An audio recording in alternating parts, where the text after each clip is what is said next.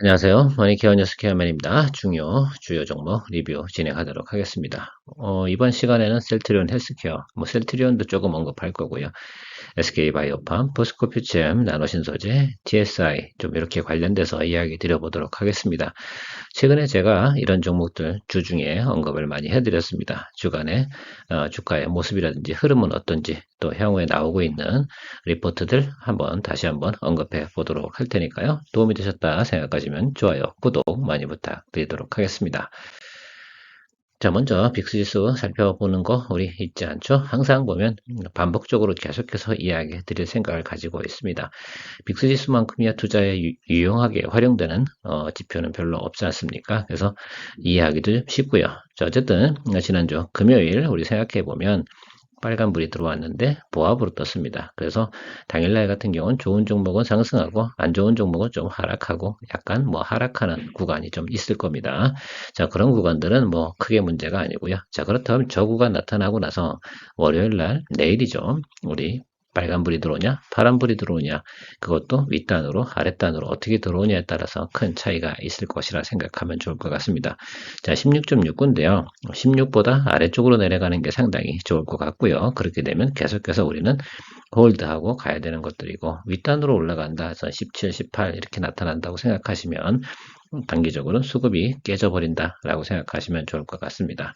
주말에 진행된 사항들은 우리가 전반적으로 파악해낼 수는 없죠. 자, 그런데 여러분들 빅스지수 보면서 투자하는 요령, 또 매수 포인트 잡는 요령 계속해서 연습하다 보면 이런 거구나 라고 여러분들께서 느끼실 거라고 생각을 합니다. 물론 이것도 잡주하고는 전혀 상관이 없다라는 말씀드리도록 하겠고요. 일단 수급에 대해서 생각해 보면 단기적인 수급 부분이라든지 어느 정도 한 달 정도의 수급 현황들은 이것으로 충분히 우리가 파악해낼 수 있다는 것들이죠. 주가의 움직임들은 통상적으로 수급에 의해서 해결된다는 거 잘 참고해 주시면 좋을 것 같고, 최근에 개인들도 장세에 엄청나게 참여를 많이 합니다. 그렇죠? 자, 그런 것들 생각해 보면 바로 이런 것들 투자 심리가 크게 작용을 한다는 점 항상 염두에 두시면서 체크해 나가는 거, 매일같이 하루에 출근할 때나 퇴근할 때 한 번씩만 체크해 보셔도 되지 않나 이렇게 생각을 하고 있습니다. 셀트리온 헬스케어, 물론 합병이죠. 10월 23일, 이번 달이죠. 그 전까지 아마 221 이동평수 윗단으로 올라갈 가능성은 별로 없습니다. 전반적으로 미국의 PBM 진출이라든지 소식 같은 경우는 잘 나오고 있고요. 이제 합병만 잘 성사돼서 잘 마무리되면 좋을 것 같습니다. 그리고 나면 정상적으로 또 주가가 좋은 소식과 함께 더불어서 잘 올라갈 것 같고요. 셀트리온 같은 경우도 15만원 언더에서는 충분히 매수해도 된다. 이게 220 이동평수 아랫단에서 매수해 주시는 거 상당히 좋다라고 말씀을 드리고 있습니다. 자, 그래서 저 부분이 다 진행이 되고 나면 또 한 달 정도 쉬고 다시 한번 재상장할 때 우리가 제대로 한번 또 재미 볼 수도 있을 것 같고요.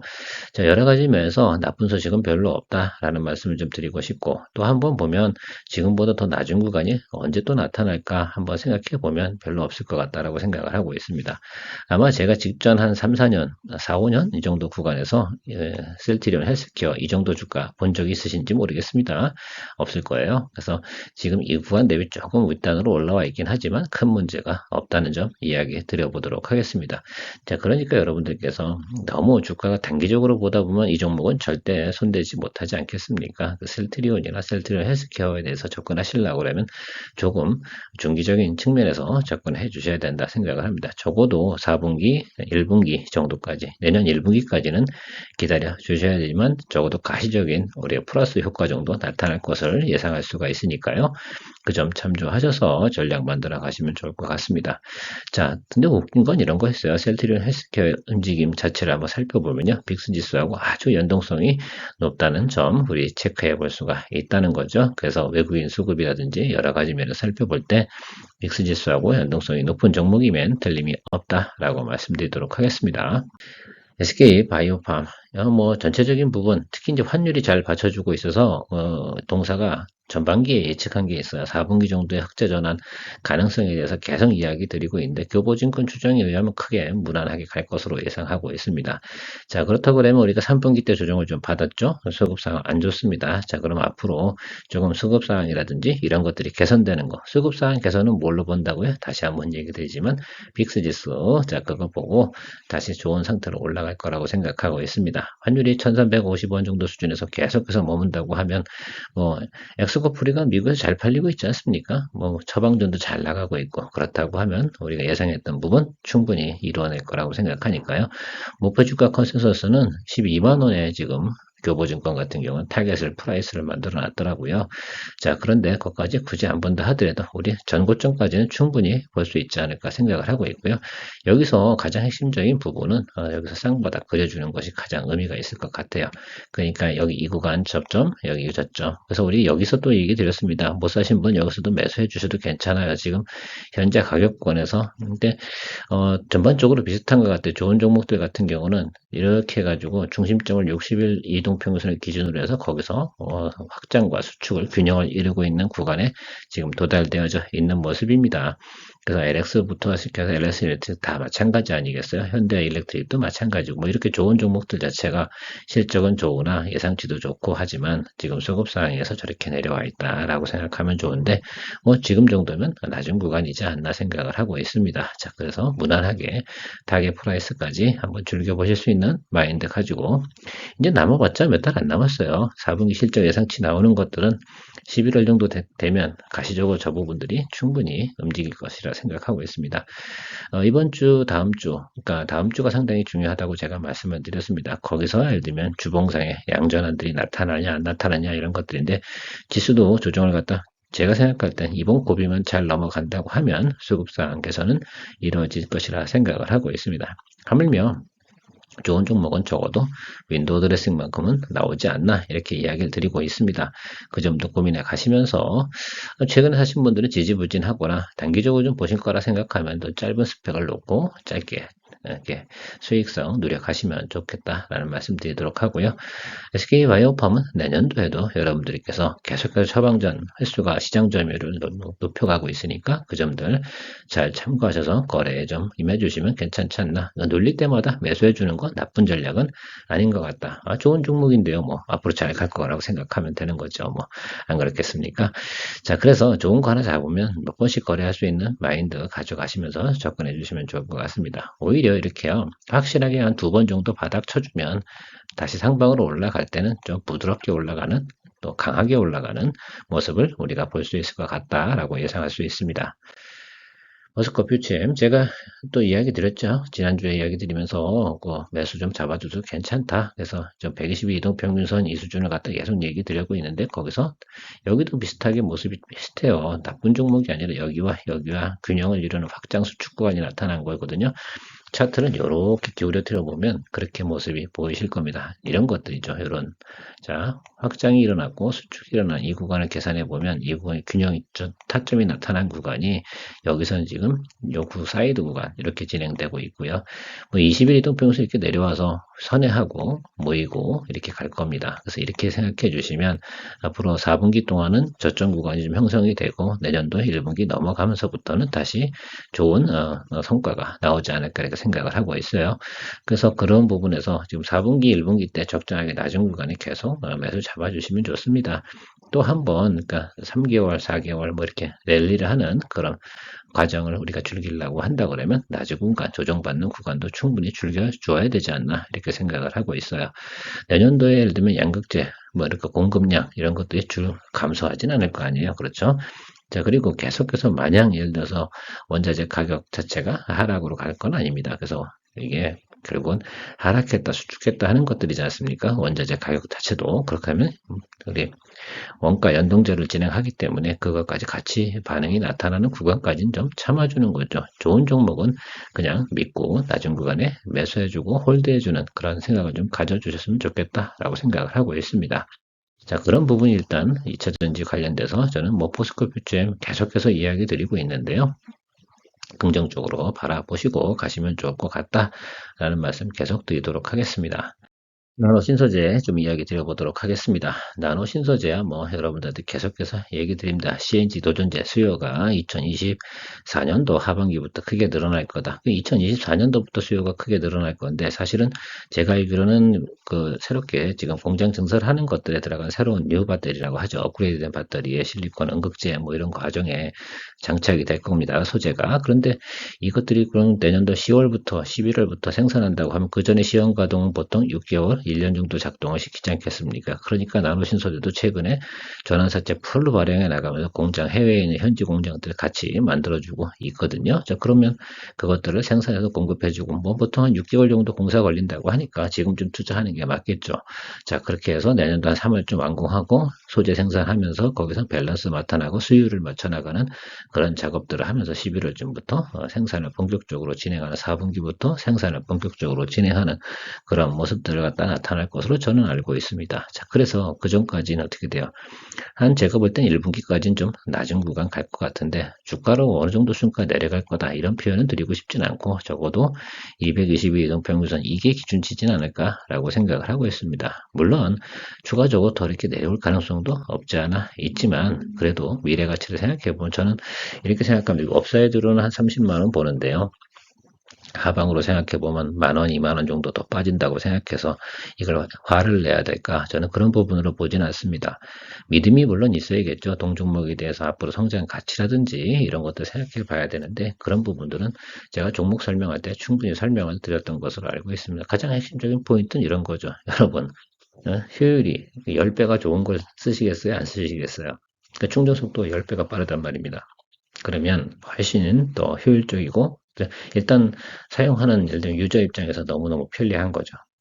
아마 명절 때 휴게소 한번 가보세요. 전기 충전자 아주 그냥 줄을 서 있어서 짜증을 냅니다. 왜냐하면 충전하는데 뭐 2시간, 3시간 하는데 내 차는 충전을 못해요. 집에를 못 가요.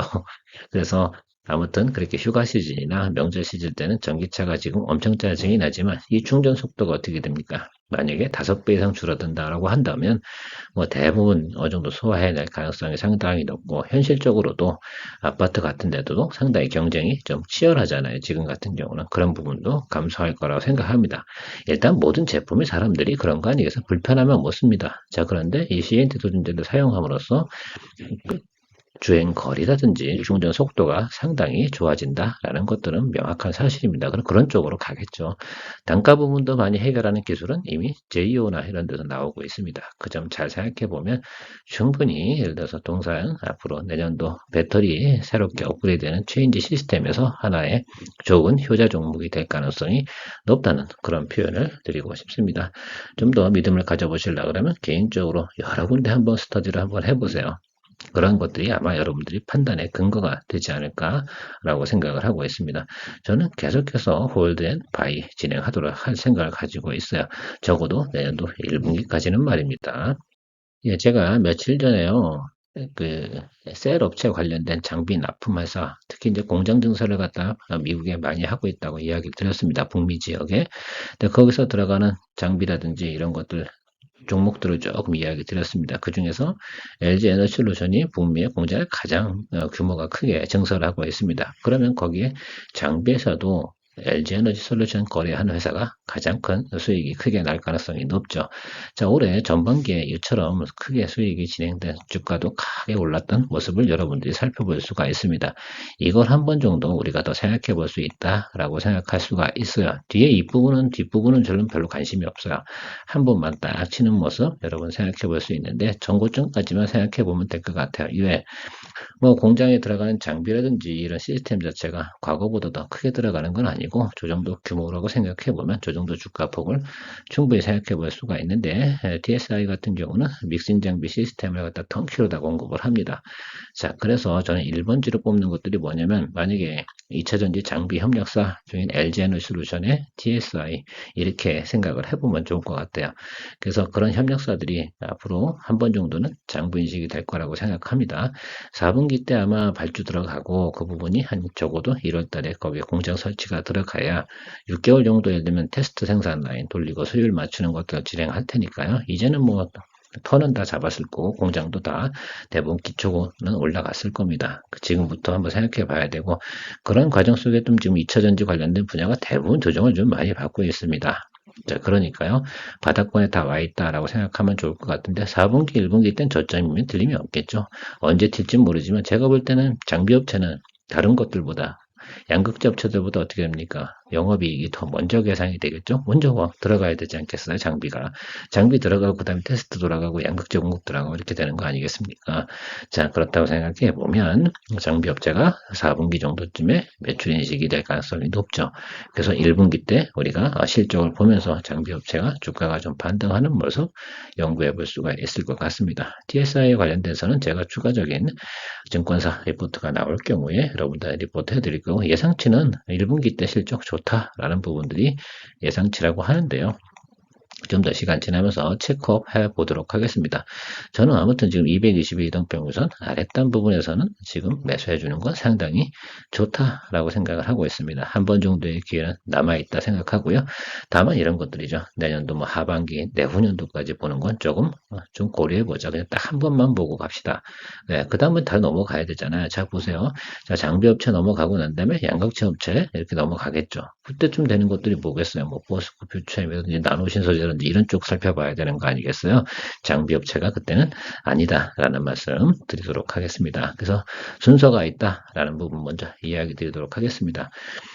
자, 오늘도 여러분들한테 이렇게 저렇게 이야기 드리면서 전체적으로 이야기 드려 봤는데요. 여러분들이 가지고 계신 종목들을 전반적으로 이렇게 흐름을 파악해 나가시면서 가면 좋겠습니다. 또 마무리 정리해드리면 월요일날 빅스지수가 파란불이면 홀드, 자, 빨간불이면 단기적으로 매도 이렇게 생각하고요. 빨간불이 높게 떴다 그러면 매도 치고 관망 이렇게 보시면 좋을 것 같습니다.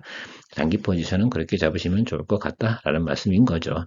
자, 그 연습을 앞으로 많이 하도록 할 거다. 그래서 앞으로 이제 월요일이나 화요일 이렇게 얘기할 때 제가 빅스지수가 빨간불입니다, 파란불입니다, 보합입니다 이런 얘기를 드려보면 여러분들이 감각적으로 진행하시면 좋을 것 같고 거기다 구체적인 설명은 조금씩 더 제가 거시경제와 매크로 지표 이런 것들 같이 곁들여서 같이 이야기 드리면서 시작을 하도록 해보겠습니다. 아마 그러면 여러분들 좀 더 시황 파악하기가 좀 더 쉽지 않을까 이렇게 생각이 들고 큰 도움 되실 거라 생각하고 있습니다. 도움 되셨으면 뭐 하시라고요? 예, 하트 많이 눌러 하트 이건가요? 예, 많이 눌러주시고 예, 구독도 부탁드리도록 하죠. 부탁이 아니죠. 뭐 해주세요. 끝까지 다 보셨으면 감사합니다.